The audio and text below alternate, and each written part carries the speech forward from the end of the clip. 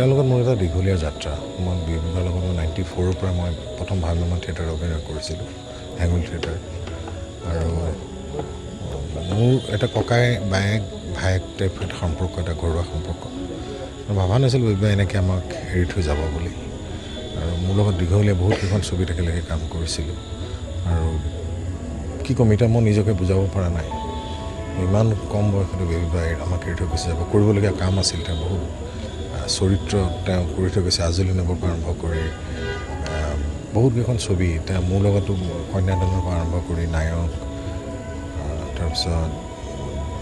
বিধাতা বুলি ছবিখন কৰিছিল থিয়েটাৰত থাকিল বহুত স্মৃতি এতিয়া মই বহুত কষ্ট পাইছোঁ আচলতে বিবাহ ইমান সোনকালে যাব লগা হ'ব নাছিল আচলতে মই যিমান দিন লগ পাইছোঁ মই 94ৰ পৰা তেওঁক জানো একেলগে অভিনয় কৰিছোঁ ষ্টেজত চিনেমাও কৰিছোঁ আৰু এটা ইমান আপোন ভোলা এগৰাকী ব্যক্তি আৰু ইমান সুন্দৰ অভিনেত্ৰী বিবাহ আমাৰ ছবি জগতত আৰু দিবলগীয়া আছিল আৰু কাম কৰিবলগীয়া আছিল তেওঁ অভিনয় চাইছোঁ আমি ভ্ৰাম্যমাণ থিয়েটাৰৰ সেই বিখ্যাত নাটক মাজনিশা চিঞৰ আৰম্ভ কৰি আমি বহুতকেইখন নাটক কৰিছিলোঁ কিন্তু তেওঁ অভিনয় শৈলী আজি তপন দা আছে তপন দাক অকলশৰীয়া হৈছে তপন দাৰ ছোৱালী মই এটাই ক'ম এতিয়া তেওঁ আত্মাই চিৰশান্তি লাভ কৰক তাকে কামনা কৰিছোঁ আৰু বেবী স্মৃতি আমি জীয়াই ৰাখিব লাগিব তো কামৰ মাজেৰে তেনেকুৱা এটা ঘটনা শুনিম বুলি কেতিয়াও আশা কৰা নাছিলোঁ আৰু খুবেই আচলতে ভাগি পৰিছোঁ কথাটো শুনি ভগৱানে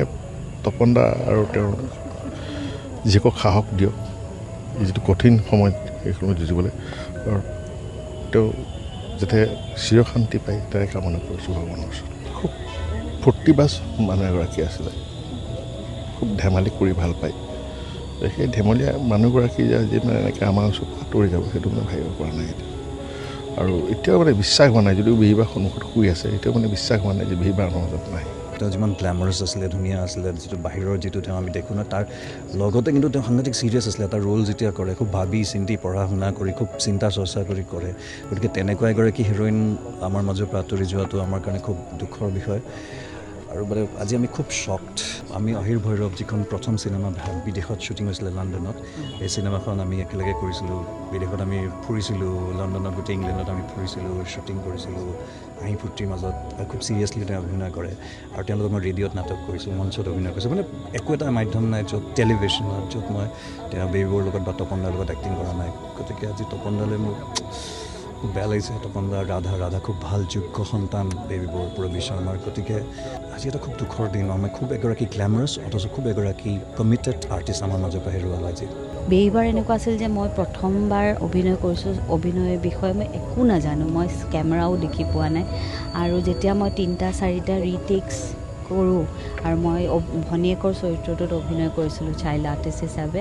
তেতিয়া পূৰবী শৰ্মা বেবীবাৰ অকণমানো খং উঠা নাছিল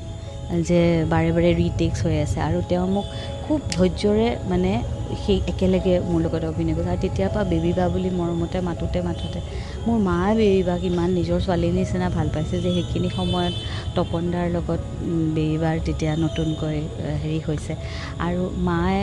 নিজৰ ছোৱালী মানে বেবীজনী অকণমানি বুলি মোৰ মায়ে মোক চোৱাৰ লগতে বেবীবাকো মানে পিছে ঘূৰি ফুৰে পূৰবী শৰ্মা মোৰ কাৰণে এটা ইম'শ্যন আৰু মোতকৈ সৰু যেন লাগে কাৰণে মই নামকাৰী মৰমতে মাতিছিলোঁ বেবী বুলি আৰু পূৰবী শৰ্মাৰ যি ধৰণৰ অভিনয়ৰ গোটেই জীৱনটো আৰু তেওঁৰ যিটো ষ্টেজৰ দক্ষতা মই ভাবোঁ যে কোনো এগৰাকী অভিনেত্ৰীয়ে তেওঁক যেনেকৈ মৃদুলা বৰুৱা বাইদেউ হওক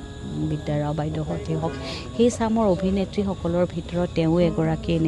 এনেকুৱা এগৰাকী অভিনেত্ৰী যাৰ স্থান কোনেও ল'ব নোৱাৰে